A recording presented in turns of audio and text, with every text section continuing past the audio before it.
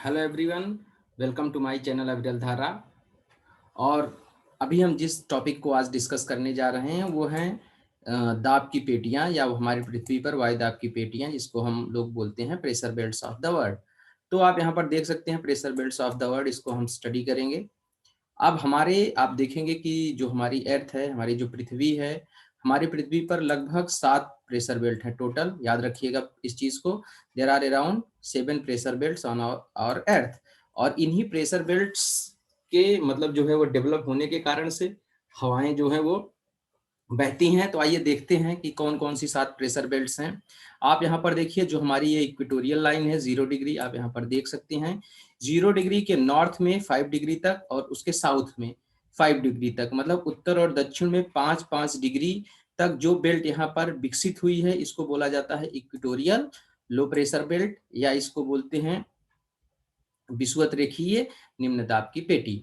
अभी आप समझ गए होंगे कि ये जो यहाँ पर है ये क्या है, एक लो प्रेशर बेल्ट है। विषुवत रेखीय निम्न दाब की पेटी मतलब विषुवत रेखा के आसपास 0 डिग्री के आसपास दोनों तरफ उत्तरी और दक्षिणी गोलार्ध में फैली हुई निम्न दाब की पेटी। तो ये पहली हो गई लो प्रेशर बेल्ट।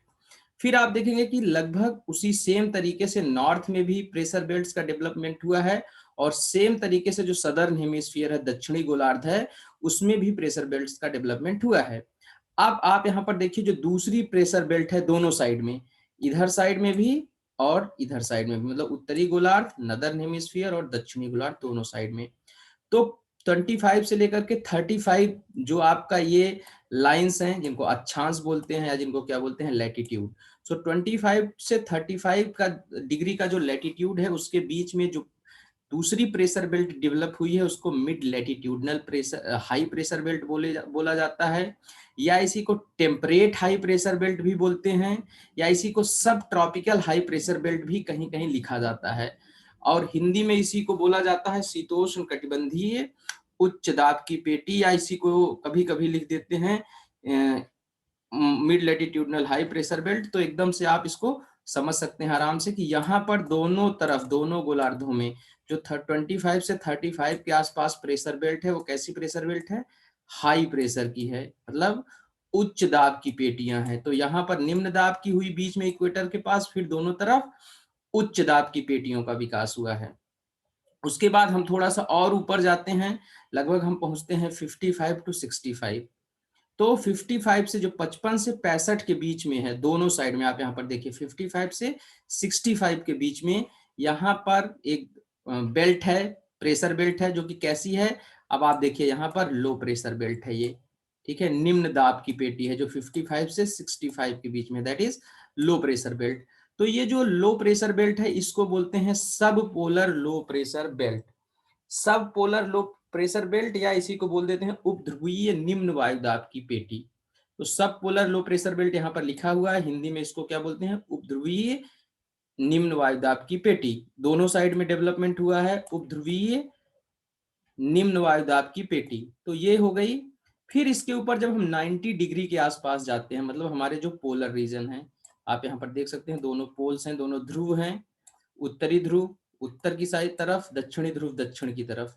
तो जो ध्रुव वाले क्षेत्र हैं, वहां पर जो प्रेशर बेल्ट का विकास हुआ है, जो वायुदाब पेटी का विकास हुआ है, वो है हाई प्रेशर बेल्ट, या इसको आप बोल सकते हैं ध्रुवीय उच्च दाब की पेटी। तो ये कैसी हो गई, ये हाई प्रेशर बेल्ट हो गई। दोनों साइड में जो प्रेशर होता है, यहाँ पर वायु का दाब होता है, वो क्या होता है, हाई प्रेशर। तो ये हाई प्रेशर बेल्ट्स हो गई। तो अब आप एकदम आराम से समझ सकते हैं कि there are 3 belts in northern hemisphere and 3 belts in southern hemisphere. दोनों में उत्तरी गोलार्ध में 3 बेल्ट ये आपकी, और दक्षिणी गोलार्ध में 3 बेल्ट ये आपकी। कुल मिलाकर के ये आपकी 6 बेल्ट हो गई, और एक ये इक्वेटोरियल लो प्रेशर वाली। टोटल मिलाकर के हमारा जो ग्लोब है या हमारी जो पृथ्वी है, आप ऐसे कह सकते हैं, वहां पर 7 वायुदाब पेटियां हैं। There are 7 pressure belts there. और ये जो 7 प्रेशर बेल्ट्स हैं, आप देख सकते हैं, इन्हीं प्रेशर बेल्ट्स के डेवलप होने के कारण से विंड का सर्कुलेशन होता है। आप यहाँ पर देख सकते हैं, कुछ विंड्स के नाम लिखे हुए हैं। आप आराम से समझ जाएंगे कि हवाएं किस तरीके से चलती हैं। हालांकि हवाओं को अभी डिटेल में डिस्कस करेंगे, लेकिन उसके पहले प्रेशर बेल्ट्स का जानना आपको बहुत ही ज्यादा जरूरी था, इसलिए मैंने आपको प्रेशर बेल्ट्स यहाँ पर डिस्कस कर दिया है। 7 प्रेशर बेल्ट्स के बारे में पता चल गया होगा। अब देखिए ये प्रेशर बेल्ट्स जो डेवलप हुई हैं, पहली चीज तो आप एग्जाम के लिए इनके जो आपके ये लैटिट्यूड्स हैं, अक्षांश हैं, उनको याद रखिएगा। फिर उसके बाद जो एक चीज यहाँ से रिलेटेड है कि यहाँ पे कुछ बेल्ट्स हैं जो कि जो मतलब कुल मिलाकर प्रेशर बेल्ट्स हैं, कुछ हैं जो थर्मल इन नेचर में हैं, जो कैसी हैं, थर्मल। जो तापीय जो दाब पेटियां जिनको बोलते हैं, थर्मल हैं। और कुछ हैं जो आपकी हैं कैसी हैं, डायनेमिक हैं। तापीय, थर्मल और डायनेमिक का मतलब गतिक। तो कौन कौन सी आइए देखते हैं, पेटी थर्मल है और कौन कौन सी जो पेटी है वो कैसी है, गतिक है। इस चीज पर ध्यान देते हैं। अब आप देखेंगे कि यहाँ पर जो आपकी ये पेटी है इक्वेटोरियल लो प्रेशर बेल्ट, ये कैसी पेटी है, ये थर्मल है, मैं टी लिख दे रहा हूँ। ये थर्मल बेल्ट है आपकी। ये जो है ये डायनेमिक बेल्ट है, जो mid latitudinal high pressure belt है, ये भी आपकी जो है वो डायनेमिक है। और जो पोलर हाई प्रेशर बेल्ट है ये कैसी है, ये थर्मल है आपकी। उसी तरीके से यहाँ पर ये आपकी जो बेल्ट है ये भी डायनेमिक है। Mid latitudinal high pressure belt हमेशा डायनेमिक बेल्ट है, गतिक जिसे हम बोलते हैं। और ये आपकी जो है ये बेल्ट जो सब पोलर लो प्रेशर बेल्ट है, ये भी आपकी डायनेमिक है, गतिक है। और ये आपकी कैसी है, थर्मल है।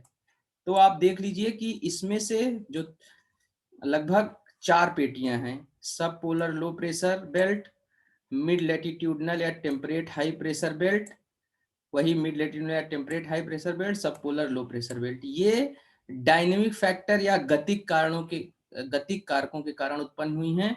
बल्कि ये आपकी जो पोलर हाई प्रेशर बेल्ट है और ये इक्वेटोरियल जो लो प्रेशर बेल्ट है और polar high pressure belt southern hemisphere में है, इनके उत्पन्न होने के मेन जो कारण हैं वो आपके हैं थर्मल। आप थर्मल और डायनेमिक के हम जो है वो थोड़ा सा अंतर को समझते हैं। थर्मल का मतलब ये है कि जहां पर बेल्ट के डेवलप होने का मेन कारण है टेम्परेचर, तो यहाँ पर क्या है, मेन कारण है आपका टेम्परेचर। जो थर्मल बेल्ट डेवलप हुई है वो टेम्परेचर के कारण से डेवलप हुई है। मैंने आपको पहले ही बताया था, इसके लिए आपको ये ध्यान देना होगा कि जो सनरेज होती हैं, सनरेज क्या होती हैं, वो वर्टिकल कहाँ पे होती हैं, between tropic of cancer and tropic of Capricorn. इस बीच वाले क्षेत्र में जो सूर्य की किरणें हैं वो सीधी पड़ती हैं, साल भर में हर जगह कम से कम एक बार सीधी सूर्य की किरणें पा जाती है। तो इसके कारण से यहाँ का तापमान जो होता है वो हमेशा ज्यादा होता है। तो ज्यादा तापमान होने के कारण से हवा जो होती है, हवा यहाँ पर रुकती नहीं है, हवा यहाँ पर क्या करती है, भागती रहती है। भागती कैसे है, ऊपर की तरफ। तो होता क्या है कि यहाँ पर जो गर्मी ज्यादा रहती है, इसके कारण से हमेशा यहाँ हीटिंग होती रहती है।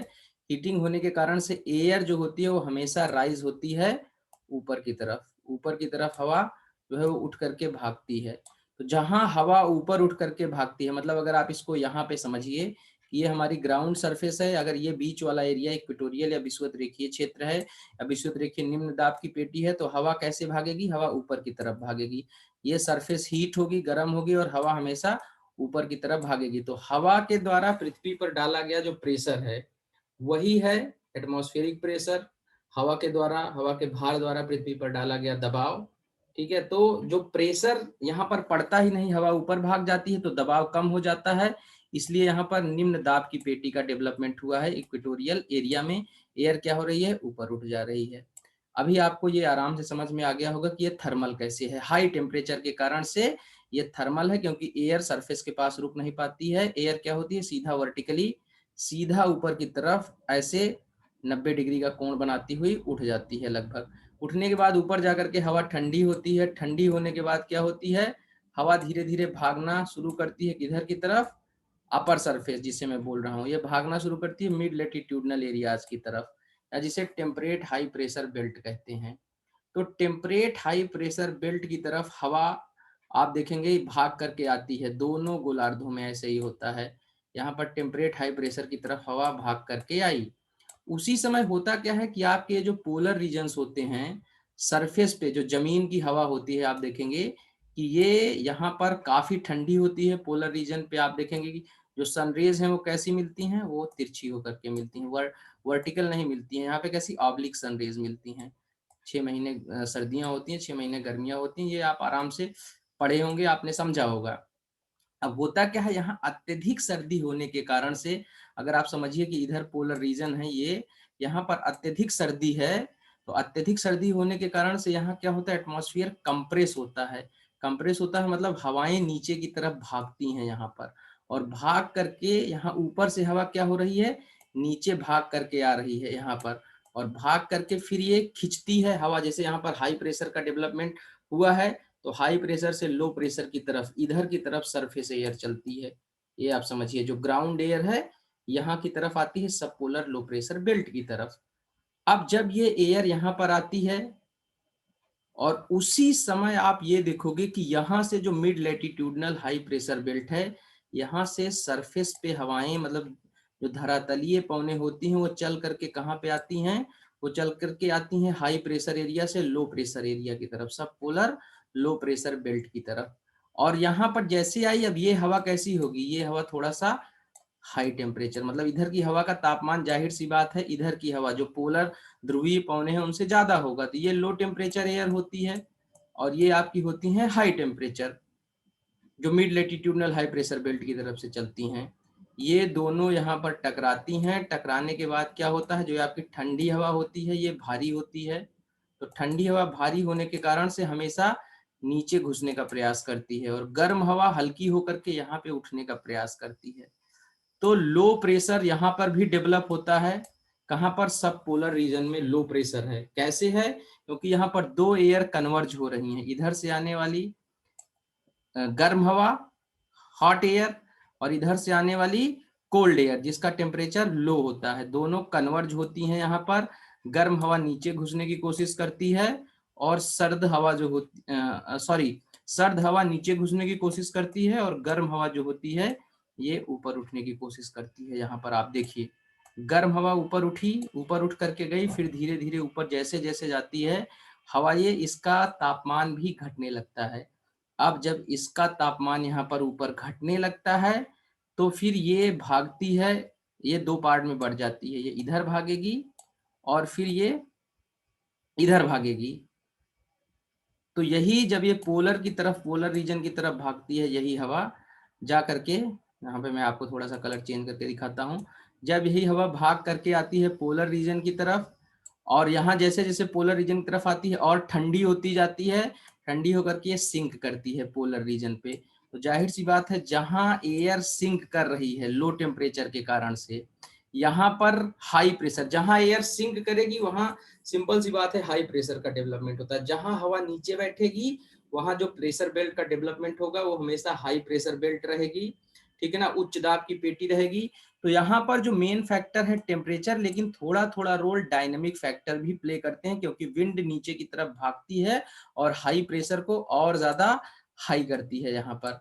तो आप देखिए कि ये जो एयर यहाँ से उठी, गर्म हवा, ये जो वार्म एयर यहाँ से उठी कोल्ड एयर के सहारे, ये उठ करके बाइफरकेट हो गई, ये इधर आकर के फिर एक एक इसका पार्ट बैठने लगता है कहाँ पर, पोलर रीजन की तरफ। दूसरा पार्ट यहीं यहीं से जो ये बाइफरकेट हुई एयर है, दूसरा भाग करके आता है किधर, अपर सरफेस में mid latitudinal high pressure belt की तरफ, यहाँ भाग करके आता है, और इधर से भी हवाएं भाग करके उसी समय आती रहती हैं ऊपर, और ये दोनों हवाएं कन्वर्ज होती हैं यहाँ पर। कन्वर्ज होकर के क्या होती हैं, सिंक होती हैं, नीचे की तरफ बैठती हैं। अब आप देखिए ये हवा यहाँ पर नीचे की तरफ बैठी, तो जहां पे एयर सिंक हो रही है वहां पर कैसा होगा, हाई प्रेशर बेल्ट का डेवलपमेंट होगा। यहाँ भी सिंकिंग हो रही है एयर की। अब ये देखिए कि यहाँ पर भी एयर की सिंकिंग हो रही है, सिंक होकर के बेल्ट का फॉर्मेशन हो रहा है यहाँ पर। तो यहाँ पर सॉरी, मैंने थोड़ा सा, सॉरी, यहाँ पे एयर सिंक नहीं हो रही, यहाँ पे एयर कन्वर्ज होकर के ऊपर उठ रही है। सिंक कहाँ पे हो रही है, सिंक यहाँ पे हो रही है पोलर रीजन पे, और सिंक हो रही है मिड लैटिट्यूडनल रीजन्स पे। तो जहाँ पे सिंक हो रही है यहाँ पे हाई प्रेशर बेल्ट आपके विकसित हो गए हैं, आप एकदम आराम से समझ सकते हैं यहाँ पर। फिर ये जो एयर यहाँ पर सिंक होती है हाई प्रेशर बेल्ट की तरफ, यहाँ पर मिड लैटिट्यूडनल एरिया में, यही विंड जो है वो सरफेस विंड बन करके इधर की तरफ जाती है, सब पोलर लो की तरफ जाती है, और यही हवा सरफेस विंड की तरफ जमीन से टकरा करके इधर साइड में आती है, इक्वेटोरियल लो प्रेशर बेल्ट की तरफ। तो जब ये इक्वेटोरियल लो प्रेशर बेल्ट की तरफ आती है, फिर क्या होती है, यहाँ पर वार्मिंग होती है, एयर फिर से यहाँ पे राइज होगी, राइज होकर के ऊपर जाएगी, फिर इधर से विभाजित हो जाती है, जैसे तापमान कम होता है, विभाजित होने के बाद क्या होगी, ये दोनों तरफ आएगी, यहाँ पे ऊपर से हवाएं आती हैं, दोनों का कन्वर्जेंस होगा, कन्वर्जेंस होगा मतलब दोनों मिलेंगी हवाएं, हवा की मात्रा यहाँ पर बढ़ जाएगी ऊपर ऊपर, और फिर ये नीचे की तरफ सिंक होंगी।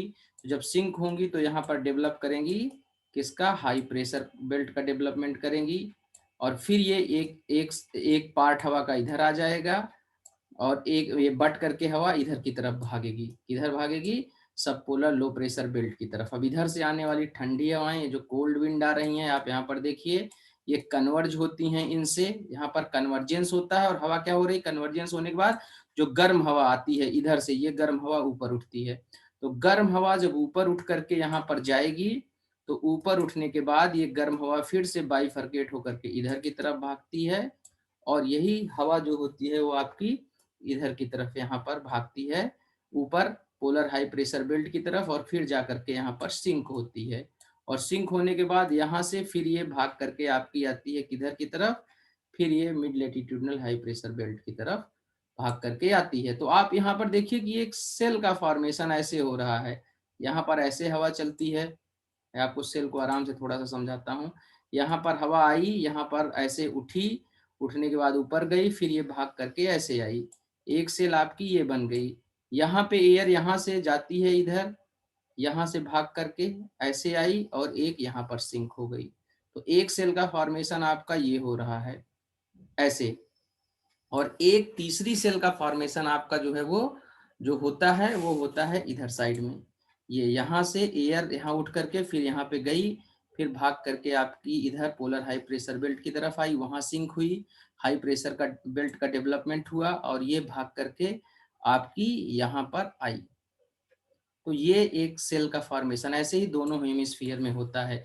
एयर यहाँ से राइज होकर के आती है, यहाँ पर सिंक होती है, फिर ये विंड यहाँ भाग करके आती है polar high equatorial high pressure belt equatorial low pressure belt की तरफ, फिर यहाँ से उठती है ऊपर, एक सेल का फॉर्मेशन यहाँ पर करती है ऐसे, और यही बेल्ट जो विंड होती है, जो हवा होती है, यहाँ पर आती है सरफेस से टकरा करके, फिर ये ऊपर उठती है, फिर इधर बाइफरकेट होकर के एक सेल का फॉर्मेशन ऐसे करती है, मतलब यहाँ पर ऐसे चलती हैं हवाएं, और फिर उसके बाद जब ये उठती है तो यहाँ की हवा धीरे से इधर साइड में भी आती है, पोलर हाई प्रेशर रीजन तक पहुंचती है, पहुंचने के बाद सरफेस से टकराती है, यहाँ पर सिंक होती है, हाई प्रेशर का डेवलपमेंट करती है, फिर हाई प्रेशर से लो प्रेशर की तरफ खींच करके ऐसे चलती है, लो प्रेशर जोन की तरफ सब पोलर लो प्रेशर बेल्ट के पास पहुंची।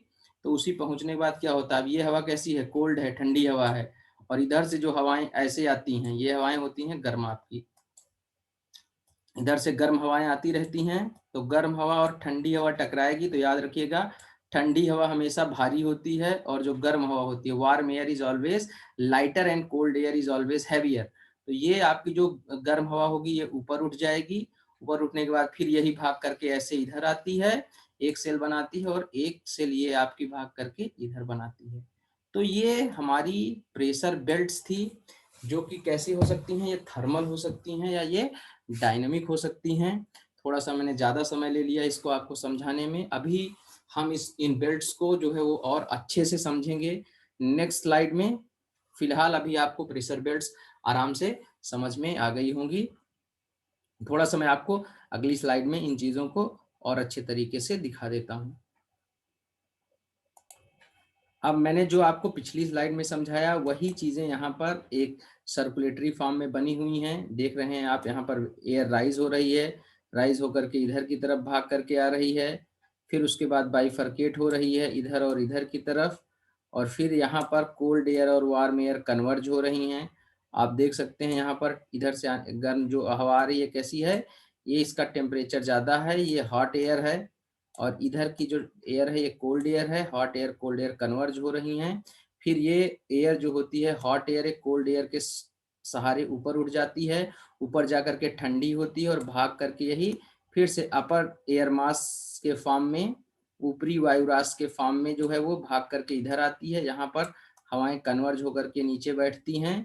तो यहाँ पर जो बेल्ट डेवलप हो रही है वो कैसी है आपकी, इधर की जो होती है वो हाई प्रेशर बेल्ट होती है, क्योंकि यहाँ पर क्या हो रहा है, एयर नीचे की तरफ आ रही है। यहाँ पर भी एयर क्या हो रही है, कन्वर्ज हो रही है, और कन्वर्ज होकर के ये आ रही है नीचे की तरफ, सिंक हो रही है, तो यहाँ पर भी हाई प्रेशर बेल्ट का डेवलपमेंट होता है।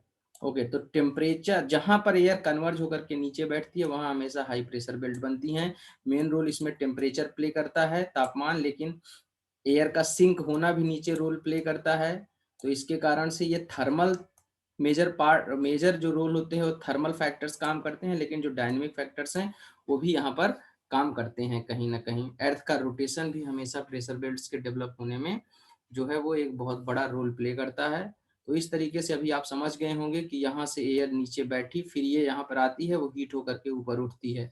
तो एयर का आप देखेंगे जो सर्कुलेशन है वो 3 फॉर्म में है, 3 सेल्स बना करके होता है हमारे एटमॉस्फेयर में, जिसको हम बोलते हैं ट्राइसेलुलर मेरिडियोनल सर्कुलेशन। तो ये आप समझिए कि ये ट्राइसेलुलर मेरिडियोनल सर्कुलेशन है। 3 सेल्स बन रही हैं, जिनको कौन कौन सा नाम दिया गया है। ऊपर वाली जो ये सेल होती है it is called polar cell, ठीक है, या ध्रुवीय कोशिका इसको बोलते हैं। उसके बाद जो है वो फेरल सेल है, फेरल कोशिका, और जो इक्वेटोरियल रीजन के आसपास सेल डेवलप होती है उसको बोलते हैं हेडली सेल। तो आज के लिए फिलहाल इतना ही। अभी इन सेल्स को हम फिर से अगले वीडियो में देखेंगे और विंड के सर्कुलेशन को और डिटेल में देखेंगे।